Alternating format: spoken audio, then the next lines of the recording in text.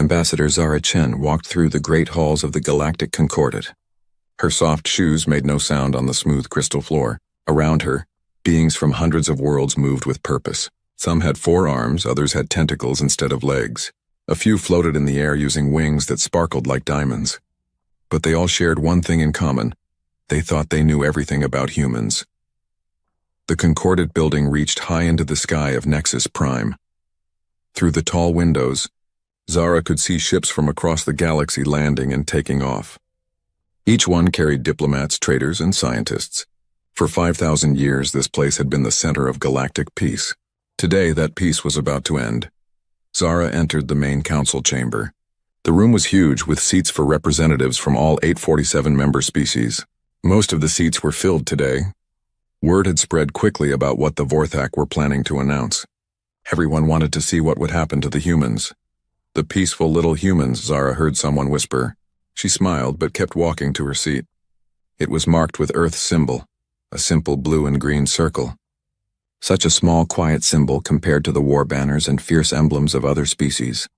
The Vorthak delegation sat across from her. They were a proud warrior race, tall and covered in thick armor that looked like it had grown from their skin. Their leader, War Chief Thrax, stood nearly 3 meters tall. His 4 arms each ended in claws that could tear through metal. Beside him sat representatives from 11 other warrior species. Together they called themselves the Vorthak Hegemony.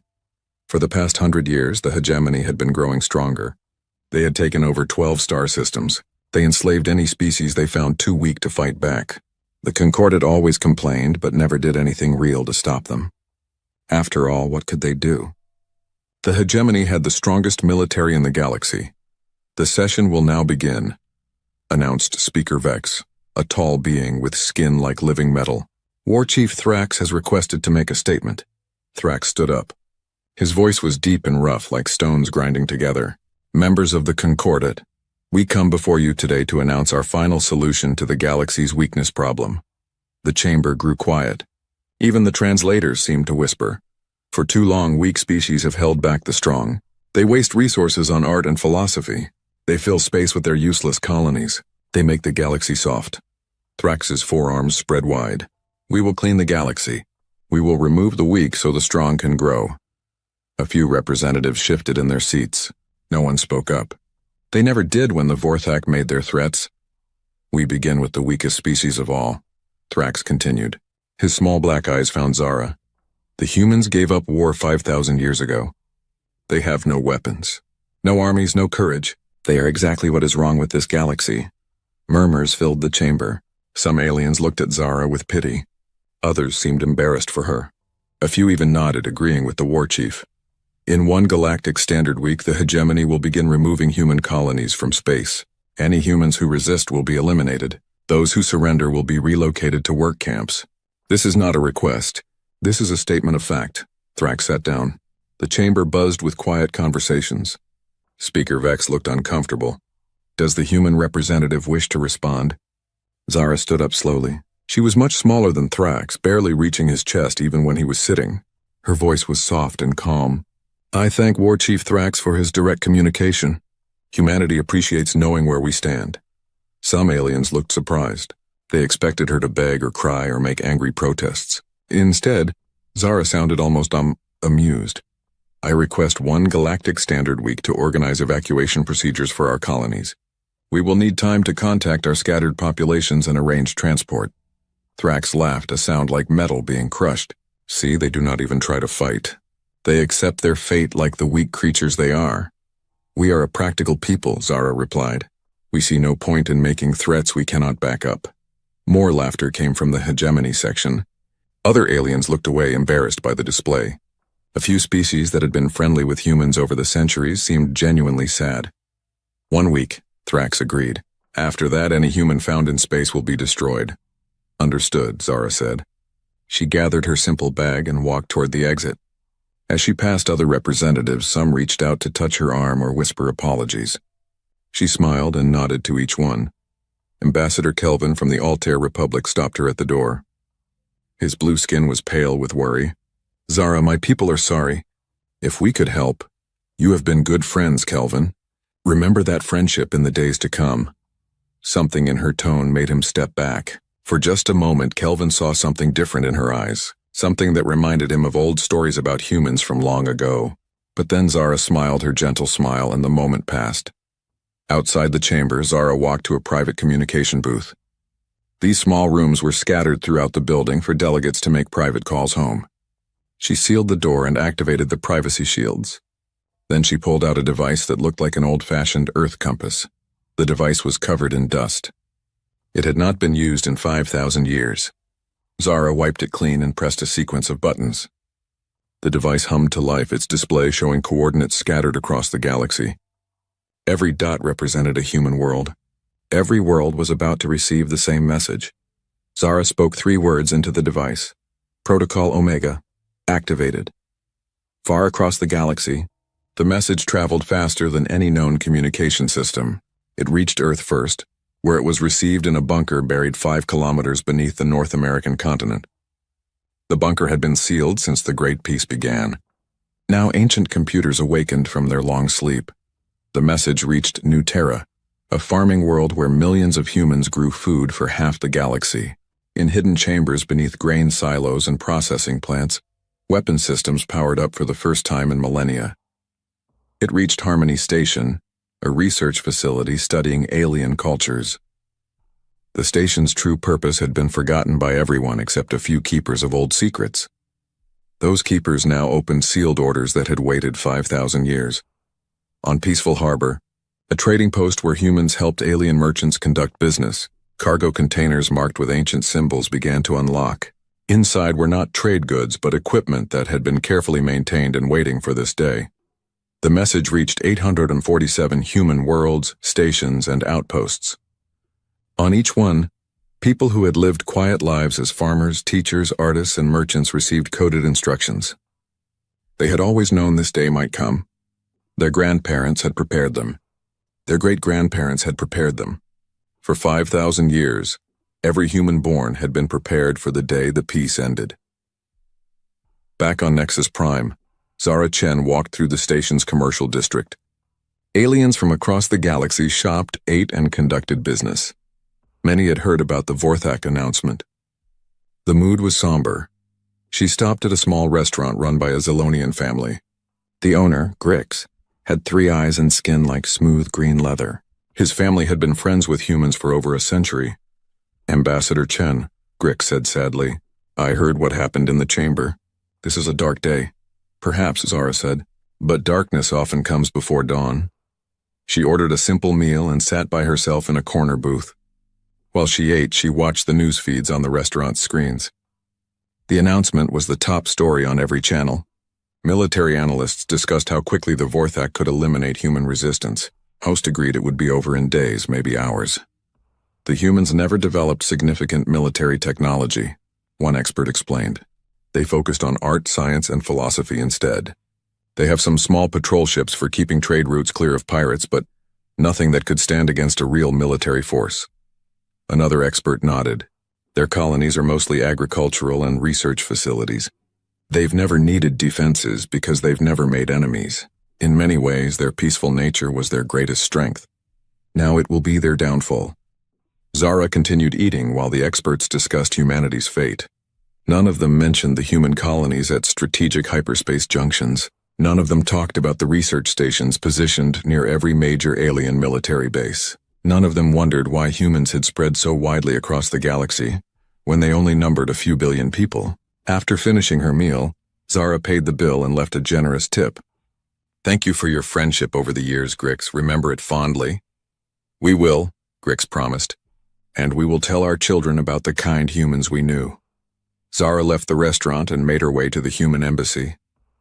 It was a small building compared to the grand structures maintained by military powers like the Vorthak. But it was positioned perfectly to monitor all traffic in and out of the station. Inside, her staff was already packing. 23 humans worked at the embassy, handling trade disputes, cultural exchanges, and diplomatic business. Or at least that was what their job description said. Ambassador, called Deputy Marcus Webb, a young man who managed cultural affairs. We've received acknowledgments from all stations. Implementation begins in 72 hours. Good, Zara replied. Has the evacuation story been released? Yes, ma'am. All news networks are reporting that humans are beginning emergency evacuations from outer rim colonies. Ships are being organized to carry refugees to safer systems. Zara nodded. In reality, those ships were moving into attack positions. The refugees were soldiers who had spent their entire lives pretending to be farmers and merchants. The evacuation was the largest military mobilization in galactic history. What about the reaction from other species? Mostly sympathy, Webb reported. Several governments have offered to accept human refugees. The Altair Republic has pledged funds for resettlement. The Crystal Collective is donating ships for transport. Kind of them, Zara said. Send official thanks. Tell them humanity will remember their friendship. That night, Zara stood on her embassy balcony looking out at the stars. Nexus Prime never truly got dark. Ships arrived and departed at all hours, their lights streaking across the sky. Somewhere out there, the Vorthak were preparing their fleets for an easy victory. They had no idea what was coming. 5,000 years ago, humanity had been very different. They were explorers and warriors who spread across their home system like a virus. They fought wars that turned entire planets into glass. They built weapons that could crack moons and ships that moved faster than light itself. Then they met other species and learned they were not alone in the universe. For a brief time, they tried to build an empire like so many others had done, but something happened that changed everything. Humanity learned the true cost of war. It was not the death that changed them. They had seen plenty of death. It was not the destruction. They were experts at destruction. What changed them was meeting species that were genuinely peaceful, who had never known war, who looked at human weapons with horror and sadness. Those species showed humans what they had become, mirror beings who reflected back humanity's true face. And humanity did not like what they saw, so they made a choice. They decided to become better than they were. They sealed their weapons and swore an oath of peace. They turned their war fleets into exploration ships and their soldiers into farmers and teachers. But they were not fools. Peace through strength became humanity's secret motto. They would be peaceful, but they would never be helpless. They spread across the galaxy not as conquerors but as gardeners, planting seeds of human presence on 1,000 worlds. They made friends with every species they met, learned their languages, studied their cultures, and they watched. They listened. They prepared. For 5,000 years, they had been the galaxy's friends. They helped solve disputes between species. They shared technology that improved everyone's lives. They asked for nothing except the right to live in peace. Now someone was threatening that peace. Zara went back inside and sealed the embassy. Tomorrow, she would make her official goodbyes and leave on a transport ship with the last of her staff. Everyone would think the humans were running away in fear. They had no idea the humans were going home to war. Deep beneath the Earth's surface, in chambers that had not seen light for 5,000 years, ancient machines began to wake up. The stone walls were thick enough to stop nuclear bombs. The metal doors had seals that could last 10,000 years. Everything had waited in perfect silence until 3 words traveled from a distant star. Protocol Omega, activated. Dr. Marcus Webb stood in what most people knew as the Historical Preservation Society on Mars. Above ground, it looked like a simple museum where school children came to learn about humanity's past. The exhibit showed old weapons marked with signs that read, "Primitive tools of our barbaric past," and examples of human violence before Enlightenment. But Marcus was not really a museum curator. He pressed his hand against a wall panel that looked like decorative stone. The wall recognized his genetic signature and slid open silently. Behind it lay corridors that stretched deep into the Martian rock. "Computer, activate all systems," Marcus said as he walked down the corridor. "Authorization Webb Marcus. Director level. Omega Protocol confirmed." "Welcome back, Director Webb," replied a voice that had not spoken in 5 millennia. "All systems responding. Current status hibernation protocols complete. All equipment at 100% readiness." Marcus smiled grimly. His grandfather had been the last person to walk these halls when the Great Peace began. His family had guarded the secret through 200 generations. Today the wait was over. The corridor opened into a vast chamber carved from solid rock. Rows of objects filled the space, each one covered by energy fields that kept them in perfect condition. To a child visiting the museum above, they would look like ancient human artifacts. In reality, they were weapons and equipment that could challenge the laws of physics. Marcus walked to a control panel and began entering codes. Around the chamber, the energy fields flickered and died. 5,000 years of dust should have covered everything, but the preservation fields had kept each item as clean as the day it was stored. In the first row sat personal armor that looked like simple black cloth. When activated, it could stop bullets from hitting the wearer and make them invisible to most sensors. In the second row were weapons that looked like metal sticks but could cut through starship hulls. The third row held communication devices that could reach anywhere in the galaxy instantly without any chance of being detected. But these were just the small items. Marcus walked to the center of the chamber where a circular platform waited. He stepped onto it and spoke. "Transport to command level." The platform lifted him up through layers of rock to a chamber that was even larger. Here, displays showed every human world in the galaxy. Green lights marked colonies, yellow lights marked trading posts, and red lights marked military installations that officially did not exist. "Report status of all facilities," Marcus ordered. "Facility Alpha 7 on New Terra. Active. Fusion reactors online. Defensive systems powered. Estimated time to full combat readiness 6 hours. Facility Beta 12 on Harmony Station. Active. Shipyard operational. Fleet assets powering up. Estimated time to deployment 4 hours. Facility Gamma 1 on Peaceful Harbor active. Arsenal inventory complete. Strike teams assembling. Estimated time to mission ready 2 hours. The reports continued for 20 minutes. Every human world had hidden facilities like this one. Every human colony had weapons and soldiers that the galaxy had never suspected existed. For 5,000 years, humanity had been preparing for the day someone threatened their peace. Marcus activated a communication channel that reached every human commander in the galaxy. "All stations, this is Control. Protocol Omega is in effect. You know your missions. You know what's at stake. Humanity has chosen peace for 5 millennia. Today we choose war, far across the galaxy." Commander Sarah Martinez received the message in her office on the ship Humanity's Folly.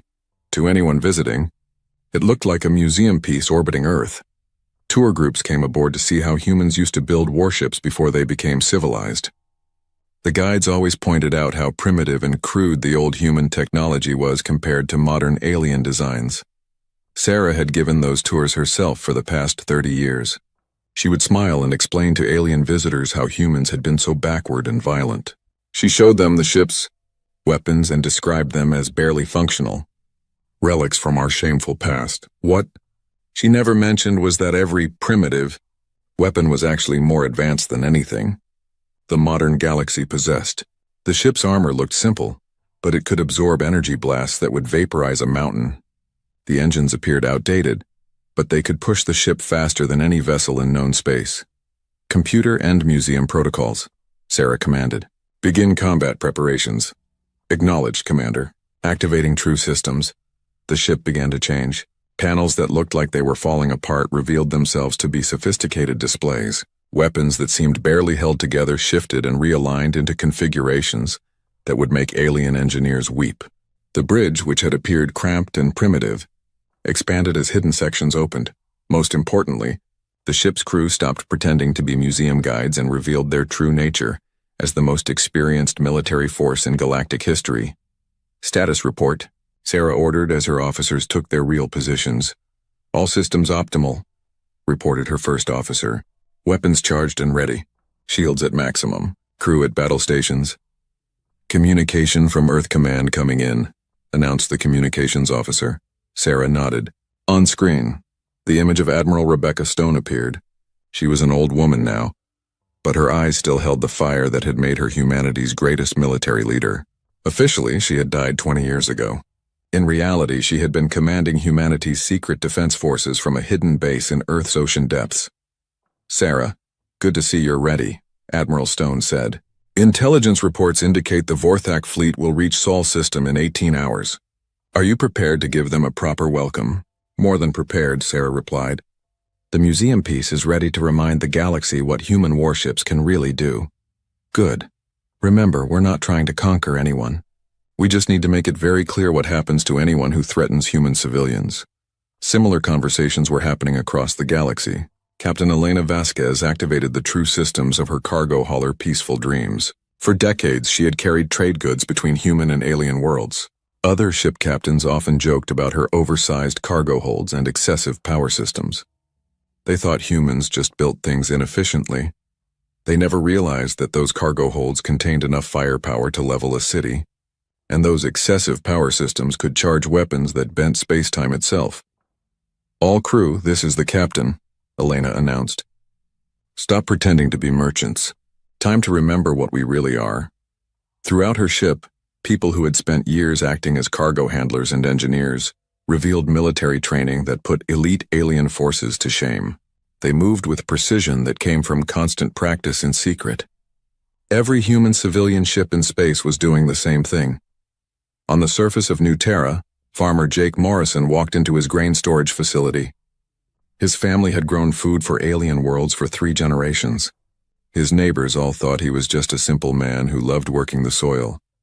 Jake pressed his hand against what looked like a maintenance panel. The panel scanned his genetics and voice patterns. "Jake Morrison, Colonial Defense Commander. Authorization Omega 77. "Welcome, Commander," the facility computer replied. "Defensive systems ready for activation." Beneath Jake's grain silos lay a fortress that could withstand direct attacks from orbital bombardment. Hidden in his farming equipment were weapons that could shoot down spaceships from the ground. His irrigation system was actually a network of tunnels connecting to similar hidden bases across the planet. Most shocking of all, Jake's neighbors were not really neighbors.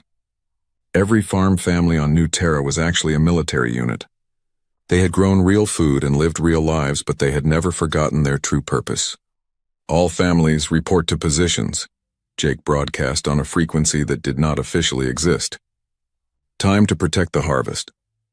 Dr. Emily Carter worked at the Harmony Research Station, where humans studied alien cultures and languages. She was known across the galaxy as an expert on xenobiology. Universities competed to have her speak at their conferences. Her research papers were read by millions of beings who wanted to understand how different species could live together in peace. What those millions did not know was that Emily's real specialty was not friendship between species. Her true expertise was in the psychology of warfare. "Computer, activate Black Files protocol," Emily commanded in her private laboratory. Black Files activated. All data restrictions removed. Emily's laboratory changed from a place of peaceful research to a center for psychological warfare that could break enemy morale without firing a shot. For 5,000 years, she and others like her had been studying every species in the galaxy. They knew which fears kept aliens awake at night. They knew which cultural symbols would terrify them. They knew exactly how to make proud warriors doubt themselves. "Begin transmission of Package Alpha to all Vorthak frequencies," Emily ordered. Package Alpha transmitted. Psychological impact estimated at 73% effectiveness. Across Vorthak space, warriors began receiving messages that seemed innocent, but carried deeper meanings that struck at the core of their beliefs. Images that reminded them of childhood nightmares. Sounds that made their battle-hardened veterans feel sudden fear. Stories that made them question whether they were truly as strong as they believed. The humans were not just awakening their weapons. They were awakening their understanding of how to win wars without destroying everything they wanted to protect. On Earth itself, President Michael Zhang stood in an office that looked exactly like what people expected from the leader of a peaceful species. Simple furniture, artwork from across the galaxy, and windows that looked out on gardens where children played. But when he spoke the activation codes, hidden panels revealed screens showing military operations across known space. The garden outside was actually a carefully disguised command center, where humanity's best strategic minds had been waiting for this moment. "All commanders, this is President Zhang. For 5,000 years we have kept the peace because we remembered the cost of war. Today someone has decided our peace was weakness. They are about to learn the difference between choosing peace and being forced into it." Reports flooded in from across the galaxy. Human agricultural worlds were revealing defensive systems that could stop invasion fleets. Human research stations were activating sensors that could track every enemy ship in their regions of space. Human trading posts were opening weapon stores that had been disguised as cargo containers. Most importantly, human civilians throughout alien space were revealing themselves to be intelligence operatives who had spent lifetimes gathering information about potential enemies. The galaxy was about to discover that humanity had never really given up war. They had just become so good at it that they could fight without anyone realizing a war was happening. For 5 millennia, they had been playing a game of chess where their opponents did not even know they were pieces on the board. In 18 hours, the Vorthak fleet would reach Sol system expecting to find helpless humans begging for mercy. Instead, they would find themselves facing an enemy that had been preparing for this exact battle, since before their civilization had learned to make fire. The awakening was complete. Humanity's long peace was over. The real war was about to begin.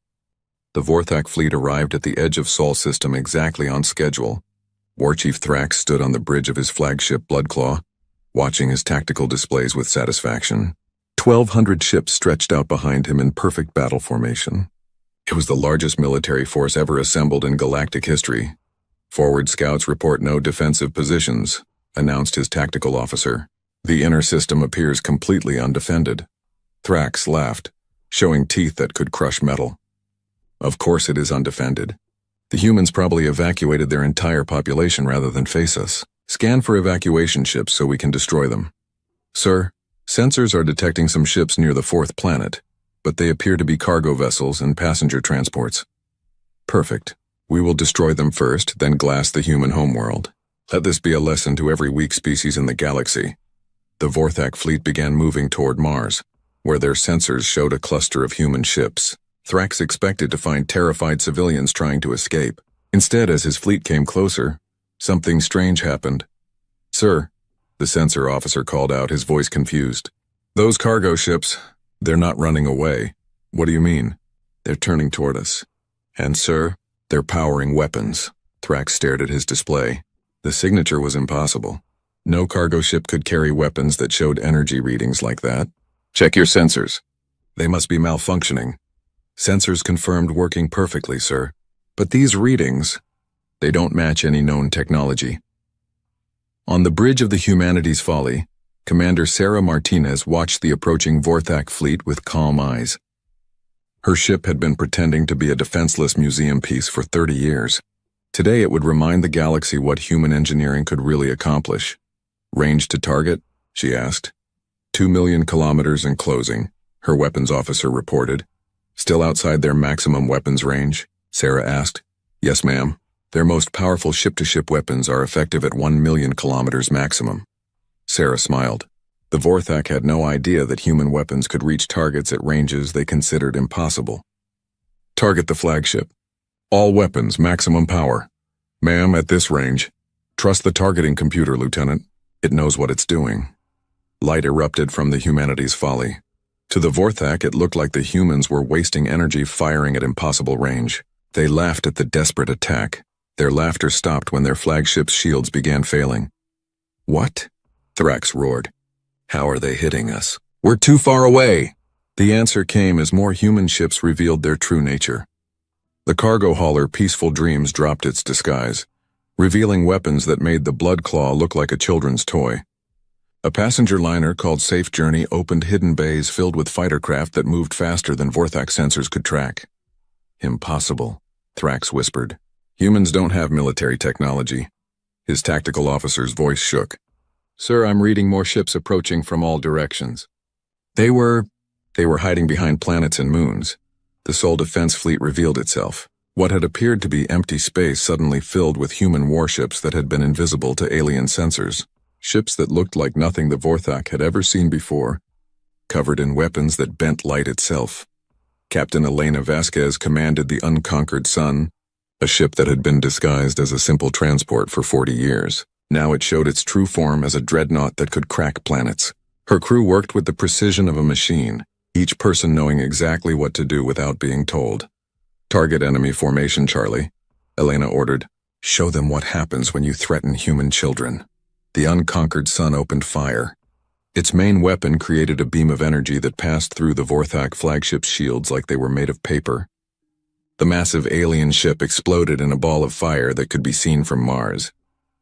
Warchief Thrax found himself floating in an escape pod, watching his invincible fleet being torn apart by enemies that should not exist. Around him, Vorthak ships exploded faster than his remaining crews could count. The humans were not just winning, they were teaching lessons. Each human ship demonstrated different aspects of warfare the Vorthak had never imagined. Some used weapons that attacked the enemy's minds, making veteran warriors suddenly afraid to fight. Others employed technology that turned the Vorthak's own weapons against them, causing alien ships to destroy themselves. Still others simply vanished from sensors and reappeared behind enemy lines like hunting ghosts. "This is impossible," Thrax transmitted to his remaining ships. "Humans are peaceful." "They gave up warfare 5,000 years ago." The reply came from Commander Sarah Martinez herself. Her voice was calm and pleasant, like she was discussing the weather. "War Chief Thrax, this is Commander Martinez of the Human Defense Corps. You seem confused about human nature. Let me explain." On every Vorthak ship, screens activated showing Sarah's face. Behind her, the bridge of a human warship hummed with quiet efficiency. "We did not give up warfare, War Chief. We became so good at it that we chose to stop. We realized that true strength comes from knowing when not to fight, not from being unable to fight." A Vorthak cruiser tried to ram the humanity's folly and desperation. The human ship simply moved aside, letting the alien vessel pass harmlessly. Then it destroyed the cruiser with a single shot that was almost casual in its precision. "For 5,000 years, we have lived peacefully because we could destroy anyone who threatened that peace. You mistook our choice for weakness. That was your first mistake." More Vorthak ships died as human fighters swarmed around them like angry wasps. The alien pilots could not understand how human craft could move so fast or hit so accurately. "Your second mistake was thinking we were not prepared for you. We have been watching your species for centuries. We know every ship design, every weapon system, every tactical doctrine. We have been planning for this battle since before your grandparents were born." The remainder of the Vorthak fleet tried to retreat, but found their escape routes blocked by human ships that seemed to appear from nowhere. They were surrounded by an enemy that had been invisible until the moment they chose to reveal themselves.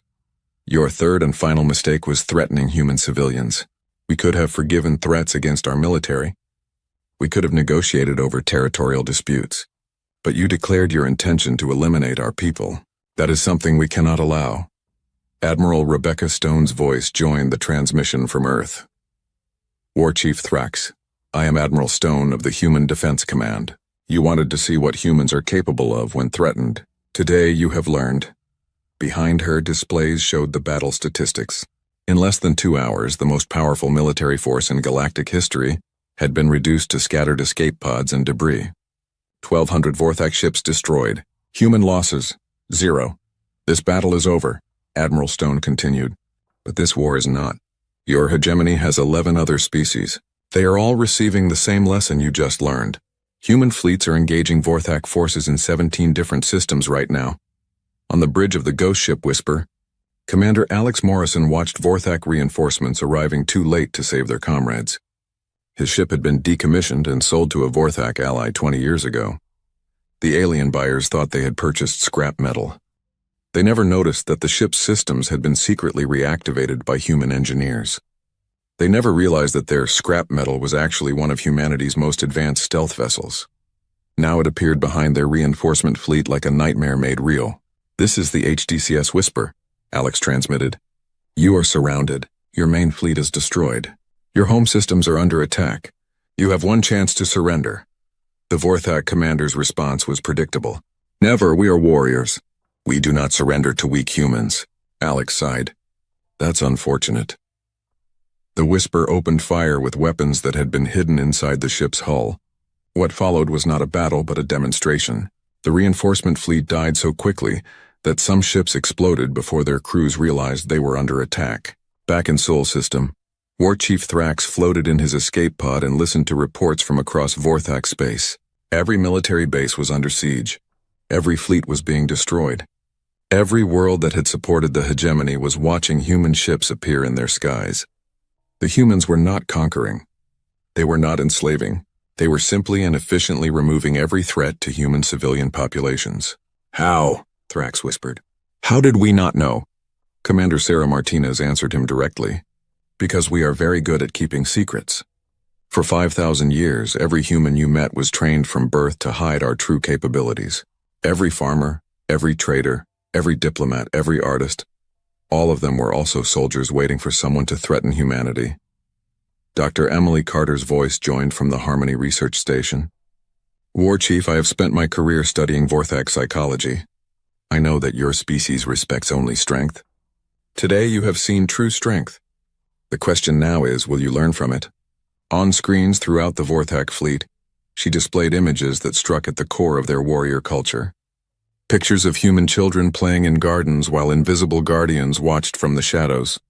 Images of human artists creating beautiful sculptures while weapons capable of destroying worlds remained safely hidden. Videos of human farmers growing food while warrior farmers tended to defenses that could stop any invasion. This is what strength truly looks like, Emily explained. Not the need to prove your power by destroying others, but the choice to use your power to protect what you love. War Chief Thrax stared at the images in horror and wonder. His species had built their entire culture around the idea that strength meant conquest. They had never imagined that the strongest beings in the galaxy might choose to appear weak. What do you want from us? He asked. Admiral Stone's image appeared on his pod screen. What we have always wanted, War Chief. Peace. But now you understand that our peace has always been protected by our strength. You can choose to be part of that peace, or you can continue learning about our strength. Around Sol System, human ships began powering down their weapons. The lesson was over. The Vorthak fleet was defeated. But more importantly, the galaxy had been reminded of something it had forgotten for 5,000 years. Humanity had never been weak. They had simply been strong enough to choose gentleness. The message was already spreading to every corner of known space. The humans were back at war, and war was what they did best. The news of the Sol System battle spread across the galaxy faster than light itself. Every species that had thought they understood humanity suddenly realized they knew nothing at all. The Vorthak hegemony, which had seemed unstoppable just days before, was now sending desperate calls for help to anyone who would listen. General Krex of the Saurian Empire received one such call while eating breakfast at his military headquarters. The Saurians had been allies of the Vorthak for 2 centuries, sharing technology and battle tactics. They considered themselves almost as strong as the hegemony itself. General, his communications officer interrupted. War Chief Thrax is requesting immediate military assistance. He says the humans have some kind of secret weapons. General Krex laughed, spraying bits of his breakfast across the table. Secret weapons? The humans? They probably converted some cargo ships and got lucky. Send 3 battle groups to Sol System. We'll show these peaceful gardeners what real military force looks like. 4 hours later, General Krex was not laughing anymore. What do you mean they're gone? He demanded. Sir, all 3 battle groups have stopped responding. Last transmission was from Battle Group. Alpha reporting strange ships appearing from nowhere. Then silence, General. Krex stared at the tactical display showing empty space, where his fleets should have been. 600 of his best ships, commanded by his most experienced officers, had simply vanished. Get me a direct line to our spy network in human space, he ordered. I want to know what really happened out there. The answer came back within an hour, and it made General Krex's blood run cold. Sir, his intelligence chief reported, his voice shaking. Our spy network is gone. What do you mean gone? Every agent we had in human territory, every listening post, every hidden observer, they're all dead or missing. But sir, that's not the worst part. What could be worse? The humans knew about all of them. They've been feeding our spies false information for decades. Everything we thought we knew about human capabilities was lies they wanted us to believe.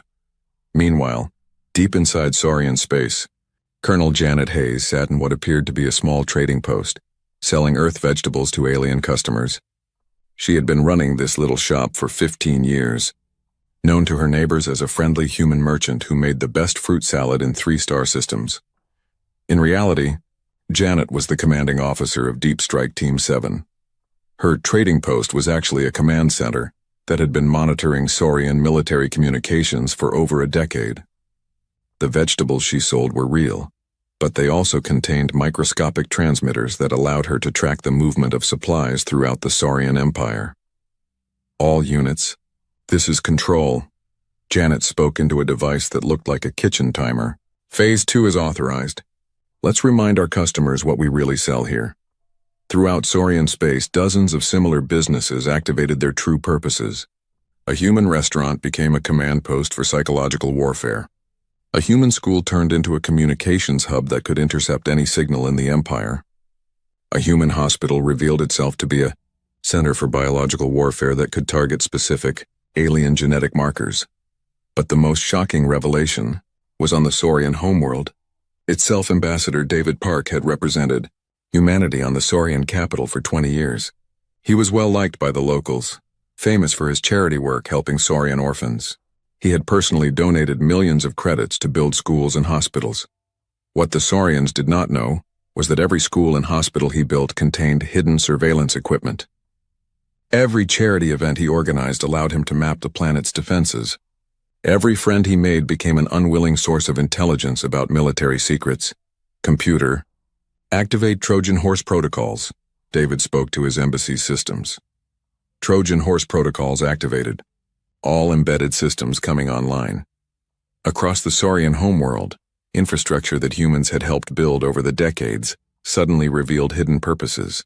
Communication networks designed by human engineers contained backdoors that gave humans control over all planetary communications. Power plants built with human assistance could be shut down remotely.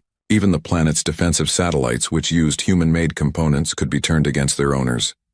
"This is impossible," General Krex whispered as reports flooded in from across his empire.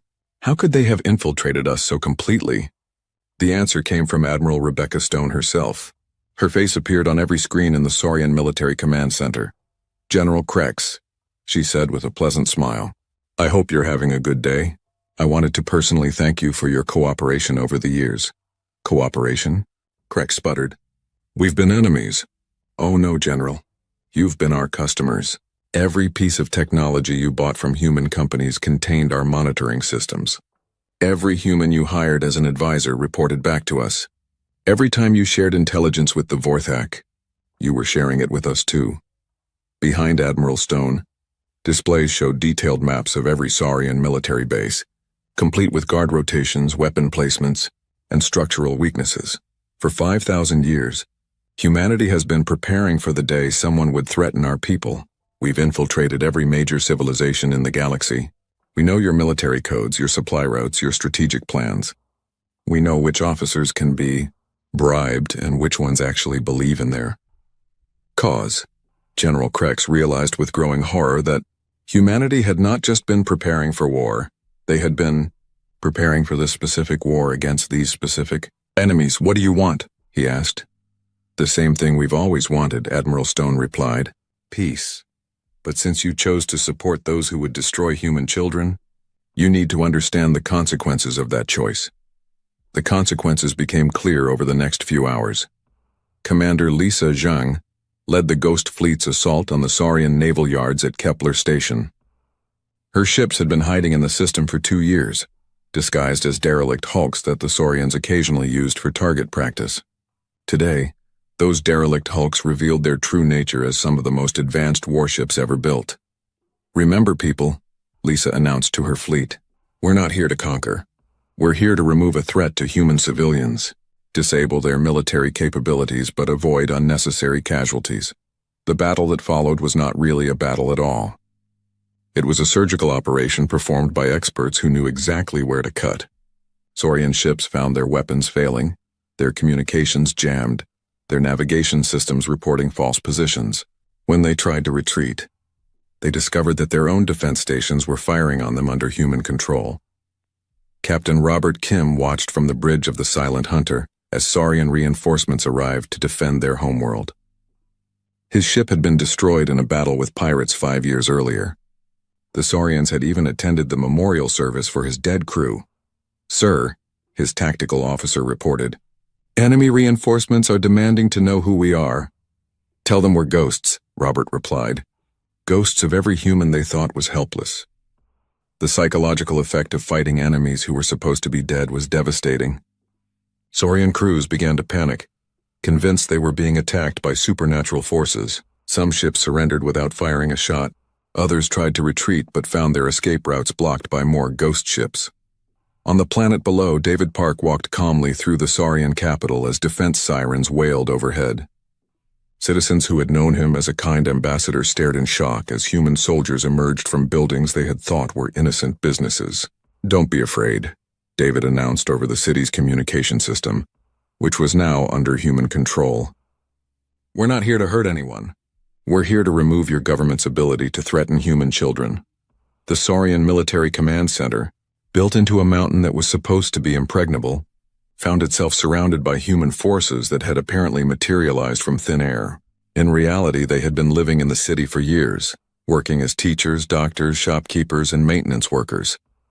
General Krex watched his entire empire collapse in less than 6 hours. Every military base captured or destroyed. Every fleet defeated or scattered. Every weapon system turned against itself. And through it all, the humans remained terrifyingly polite. "General," David Park's voice came through his personal communicator. "I'm in your lobby. May I come up? I think we should discuss terms." Krex looked at his security monitors and saw the human ambassador standing calmly in the building's main entrance. Behind him, Saurian soldiers lay unconscious on the floor, apparently unharmed but completely helpless. "How?" Krex asked when David entered his office. "How did you do this?" David sat down and poured himself a cup of tea from Krex's personal supply. "Time, patience, and very careful planning. Also, you should know that this tea has been keeping us informed about your health and stress levels for the past 3 years. Krex stared at his teacup in horror. "You've been poisoning me?" "Oh no," David assured him. "Just monitoring. The nanoscale sensors in the tea leaves are completely harmless. They just tell us when you're lying, when you're afraid, and when you're planning something we need to know about." Similar scenes were playing out across the galaxy as humanity revealed the true extent of their infiltration. The Christine Collective discovered that their entire communication network had been designed by humans and could be controlled remotely. The Metallic Brotherhood found that their robot armies contained human-made components that could shut them down with a single signal. Most shocking of all was the revelation on the Vorthak homeworld itself. War Chief Thrax, now a prisoner on his own planet, watched human forces occupy every major city without firing a shot. The warriors he had commanded for decades stood motionless, their weapons powered down by human technology they didn't even know they were carrying. "This is impossible," he repeated for the 100th time. "How could you have infiltrated us so completely? We trust no one. We work with no outsiders." Captain Maria Santos, commander of the Human Occupation Force, smiled sadly. "War Chief, who do you think built the weapons you used to conquer 12 star systems? Who designed the armor that made your warriors feel invincible? Who created the communication systems that coordinated your fleets?" Thrax's face went pale as the truth hit him. "Human companies, but you were just contractors. Just businesses selling equipment. Every piece of military hardware the Vorthak hegemony has used in the past century contains human-built components," Maria explained. "Components with hidden functions that we could activate whenever we chose. Your entire military has been under our control since the day you decided to become conquerors." She showed him footage of Vorthak weapons shutting down in the middle of battles, a Vorthak ship suddenly losing power, a Vorthak armor becoming too heavy for its wearers to move. Across the hegemony's territory, 12 species that had thought themselves unstoppable found themselves helpless. "We could have stopped you at any time," Maria continued. "But we hoped you would choose peace on your own. We gave you chances to change, opportunities to become something better than conquerors. You chose to threaten human children instead." The scope of humanity's preparation became clear as reports arrived from across known space. Every major military power in the galaxy had been infiltrated, monitored, and secretly controlled. Weapons they thought belonged to them actually obeyed human commands. Ships they believed were theirs could be disabled by signals from human operators. For 5,000 years, humanity had been the galaxy's gardeners, farmers, and friends, but they had also been its watchers, its hidden guardians, and its secret masters. The hunters had become the hunted, and they never even knew the hunt had begun. War Chief Thrax sat in his cell and finally understood what Ambassador Zara Chen had meant when she chuckled at his declaration of war. Humanity hadn't been laughing at the threat. They had been laughing at how long it took their enemies to realize they were already defeated. Ambassador Zara Chen stood once again in the great halls of the Galactic Concordat. 3 months had passed since the Vorthak declared war on humanity. The same crystal floors gleamed under the same artificial suns, but everything else had changed forever. The seats that once held representatives from the Vorthak hegemony were now occupied by different beings entirely. Where War Chief Thrax had once sat making threats, a humble Vorthak teacher named Kelix now served as his species' new ambassador. The warrior's armor had been replaced by simple robes. The claws that had terrorized a dozen species were now used to tend a small garden outside the assembly hall. The reformed Vorthak Republic wishes to present its annual peace dividend, Kellex announced in a voice that would have been unthinkable from his predecessor. Our former military budget has been redirected to education and infrastructure development for species we previously harmed. Similar announcements came from across the galaxy. The Saurian Empire had become the Saurian Commonwealth, its military forces transformed into exploration and rescue services. The Christine Collective had disbanded their slave armies and begun paying wages to workers they had previously owned. Every species that had supported the hegemony's war was now competing to demonstrate their commitment to peace. Zara listened to each report with the same gentle smile she had worn for decades. But now everyone in the chamber understood what that smile really meant. It was not the expression of a helpless victim. It was the quiet confidence of someone who knew exactly how much power she represented. "Does the human representative wish to comment on these developments?" asked Speaker Vex, whose metal skin seemed to reflect light differently these days. Even he had been changed by learning the truth about humanity. Zara stood up slowly, just as she had 3 months ago. "Humanity is pleased to see our galactic neighbors choosing cooperation over conquest. We have always believed that peace is possible when all parties understand the true cost of war." The chamber remained silent. 3 months ago, aliens had whispered and muttered when humans spoke. Now they listened with the attention usually reserved for natural disasters or divine pronouncements. "We would like to announce that human colonies are resuming normal operations," Zara continued. "Our agricultural worlds are once again producing food for export. Our research stations are sharing scientific discoveries. Our trading posts are open to all species who come in friendship."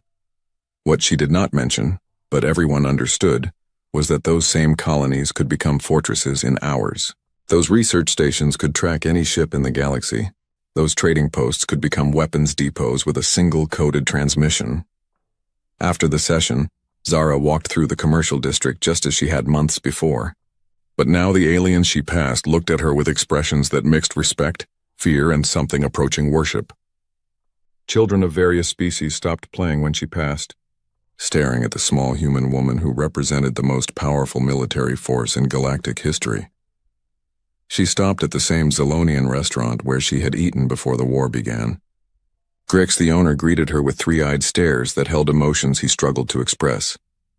"Ambassador Chen," he said carefully. We are grateful that humans chose mercy." "Mercy?" Zara seemed genuinely puzzled. "My friend, we simply chose to protect ourselves and our allies. That is what any reasonable species would do. But you could have conquered us all. You could have enslaved every world in the galaxy.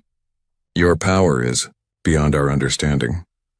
Zara ordered the same simple meal she had always preferred. "Power without wisdom is just destruction, Grix. Conquest without purpose is just waste. Humanity learned long ago that ruling others through fear creates more problems than it solves." She paused to sip her drink, a local specialty that Grix had introduced her 2 years earlier. "Besides, we prefer to be gardeners rather than rulers. Gardens grow better when tended with care rather than controlled through force." On the news screens throughout the restaurant, reports continued about the transformation of galactic society. The great military buildup that had characterized the past century was reversing itself. Species that had spent fortunes on weapons were redirecting their resources toward exploration, art, and scientific research. Not because they had lost the desire to protect themselves, but because they now understood that true protection came from having friends rather than enemies. War Chief Thrax, now known simply as Thrax the Teacher, appeared on one of the screens. He was leading a group of young Vorthak through a rebuilt city on one of the worlds his forces had previously conquered. The former slaves he had once commanded now worked beside Vorthak citizens as equals, building schools where military bases had once stood. "The humans taught us something we had forgotten," Thrax explained to his students. "Strength is not about who you can defeat. It is about what you can protect and what you can build." One of the young Vorthak asked a question that millions of beings across the galaxy were wondering. "Teacher, why did the humans hide their true power for so long?" Thrax was quiet for a long moment. "Because they understood something we did not. They knew that the strongest person in a room is often the one who never has to prove it." Meanwhile, deep beneath the Earth's surface, Dr. Marcus Webb was returning the weapons of war to their long sleep. The chambers that had been filled with activity for 3 months were growing quiet again. Ancient machines powered down. Weapon systems went back into preservation mode. The museum above resumed its peaceful educational mission. Computer begin hibernation protocols, Marcus commanded. Set monitoring to passive observation level. Acknowledged, Director. All systems returning to standby mode. Estimated time to reactivation if needed, 4 hours, 37 minutes. Marcus smiled at that last detail. Even in peace, humanity remained ready. The galaxy now knew they existed, but they still did not know the true extent of human capabilities. That was exactly how humanity preferred it. On Mars, Commander Sarah Martinez watched her crew transform the humanity's folly back into a convincing museum exhibit. Tourists would begin arriving next week. Aliens who wanted to see the ship that had destroyed the mighty Vorthak fleet. They would walk through corridors that had been filled with weapons fire just months before, listening to guides explain how human military technology had evolved over the centuries. What they would not learn was that the ship's true capabilities remained hidden.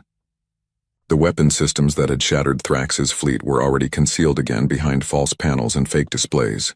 Future visitors would see what appeared to be humanity's greatest warship, never realizing they were looking at what humans considered a barely adequate patrol vessel. "Captain," her first officer asked quietly, "do you think we'll ever need to do this again?" Sarah looked out at the stars where human ships were once again moving peacefully along trade routes. "I hope not, Commander. But if we do, at least now the galaxy understands what they're choosing when they choose war with humanity." Captain Elena Vasquez had returned to commanding cargo runs between human and alien worlds. Her ship Peaceful Dreams once again carried trade goods instead of weapons of mass destruction. But her crew remained ready, and her cargo holds could be converted back to weapons bays in less than an hour. The aliens who hired her services treated her with a respect that bordered on reverence. Port authorities who had once barely noticed another human cargo ship now processed her paperwork with careful attention to every detail. Other captains who had once joked about human inefficiency now asked for her advice on everything from navigation to personnel management. Captain Vasquez, a young alien officer, asked during one port call, "Is it true that all human cargo ships are actually warships in disguise?" Elena smiled the same gentle smile that had become humanity's signature expression. "Young officer, that would be telling, wouldn't it?" Dr. Emily Carter continued her research into alien psychology, but now her work was requested by governments rather than hidden in secret laboratories. Species across the galaxy wanted to understand how they could avoid making the same mistakes that had led to the Vorthak War. "The key insight," she explained to a gathering of alien diplomats, "is that fear and respect are not the same thing. Fear makes enemies who will attack you the moment they think they can win. Respect makes allies who will defend you because they value what you represent." "But how did humans earn such respect while appearing weak?" asked a delegate from the former Christine Collective. "We earned respect by being consistently trustworthy," Emily replied. "For 5,000 years, humans have kept our promises, helped our friends, and never attacked unless attacked first. When people trust you, they don't fear your strength, they rely on it." On Earth itself, President Michael Jong addressed a gathering of human colony leaders. The meeting was broadcast live to human worlds across the galaxy, but alien intelligence services no longer bothered trying to intercept the signals. They had learned that humans only hid information that others were not ready to handle responsibly. "The emergency is over," President Zhang announced. "All colonies may resume normal civilian operations. Military units are to return to their cover identities and await further orders." What followed was the largest demobilization in galactic history. Millions of humans who had revealed themselves as soldiers during the crisis quietly returned to their roles as farmers, teachers, artists, and shopkeepers. The galaxy's most powerful military force simply faded back into the civilian population, invisible but ready. "Are we truly returning to the way things were?" asked Governor Lisa Park from the New Terra colony. "No," President Zhang replied honestly. "Things will never be the same. The galaxy knows we exist now, but that might actually be better for everyone. For 5,000 years, we maintained peace through secret strength. Now we can maintain peace through demonstrated strength. The choice is cleaner for everyone involved." Back on Nexus Prime, Ambassador Zara Chen received a visitor in her embassy. War Chief Thrax, now just Thrax, had requested a private meeting. He entered her office looking older and somehow smaller than he had in his armor. without the artificial enhancements that had made him seem so terrifying. He was simply a being trying to understand how the universe worked. "I have spent 3 months studying human history," Thrax said as he sat down across from her desk. "I still do not understand how your species made the transition from warriors to gardeners." Zara poured tea for both of them, using the same service she had used for diplomatic meetings for 20 years. "It was not easy," she admitted. "Our ancestors had to choose between becoming the galaxy's greatest threat or its greatest protector. They chose protection, but they never forgot how to be a threat. The other species fear that humanity might change its mind, that you might decide conquest is easier than cooperation. Do you fear that, Thrax?" The former war chief considered the question carefully. "I fear what I do not understand.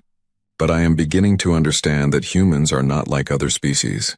You do not seek to rule others because you have learned to rule yourselves." Zara nodded approvingly. That may be the wisest thing anyone has said about humanity in 5,000 years. As the months passed, galactic civilization settled into new patterns. Military budgets shrank while education and research funding expanded. Conflicts that might have led to wars were now resolved through negotiation, with human mediators often requested to ensure fair solutions. Trade increased as species no longer needed to spend resources on defense against each other. Scientific discoveries accelerated as researchers could share information without fear of military applications. Art and culture flourished as beings no longer lived under the shadow of constant warfare. The Galactic Concordat expanded its membership as species that had been afraid to join a weak organization now competed for admission to an alliance protected by humanity.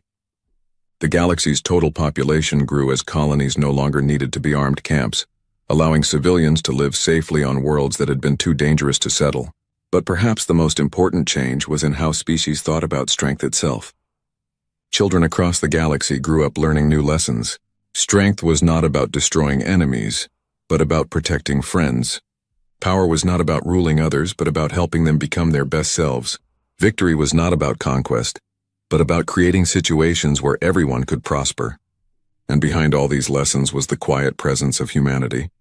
Gardeners who had become shepherds, teachers who remained warriors, friends who were always ready to defend those they loved. Ambassador Zara Chen stood once more in the Galactic Concordat, 5 years after the war that had lasted only 3 months. The chamber was fuller now, with representatives from species that had never dared to participate in galactic politics when it was dominated by military powers. "The human delegation is pleased to announce the opening of the Terran Diplomatic Academy," she said to the assembled representatives. "We will be training the next generation of galactic diplomats in the arts of negotiation, mediation, and conflict resolution." What she did not announce was that every graduate would also receive training in intelligence analysis, psychological warfare, and strategic planning. Future diplomats would be prepared to maintain peace through understanding, but they would also be ready to defend it through force if necessary. As the session ended, Zara walked through the commercial district one final time before returning to Earth for reassignment. The same shops were there, the same vendors selling their wares. But now children of different species played together without their parents worrying about ancient hatreds or territorial disputes. She stopped at Grix's restaurant for a farewell meal. The Zilonian had learned to make Earth-style dishes over the years, and his fruit salad had become famous throughout the station. "Ambassador," Grix said as he served her meal, "will humans ever tell us the truth about your real capabilities?" Zara smiled the smile that had become humanity's signature across the galaxy. "My friend, we tell you the truth every day. We are gardeners who tend the galaxy's peace. We are teachers who help others learn wisdom. We are friends who stand beside those who share our values." She paused to taste the fruit salad, nodding approvingly at Grix's improvement in the recipe.